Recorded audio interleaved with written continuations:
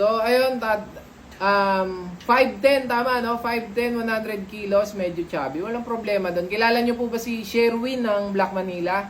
Ayun po. Siya po, 104. Shinare ko lang po.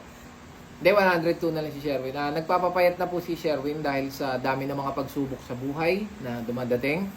Unti-unti na po siyang hinihigop ng mga problema at unti-unti na siya nalulusaw. Pero ayun, ang alam kong sinusuot na size ni Sherwin, siguro height ni Sherwin nasa 5 kilometers.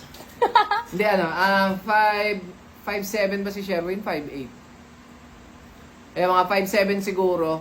Ang sinusuot niya double ba? Oh, dalawang damit po ang sinusuot niya.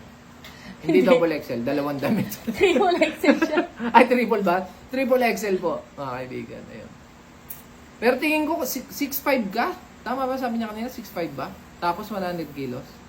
Kung di mo naman trip yung medyo loose repa, yung kunyari trip mo mga nandito lang, pwede na yung triple XL. Si Sherwin kasi kasya niya yung small eh.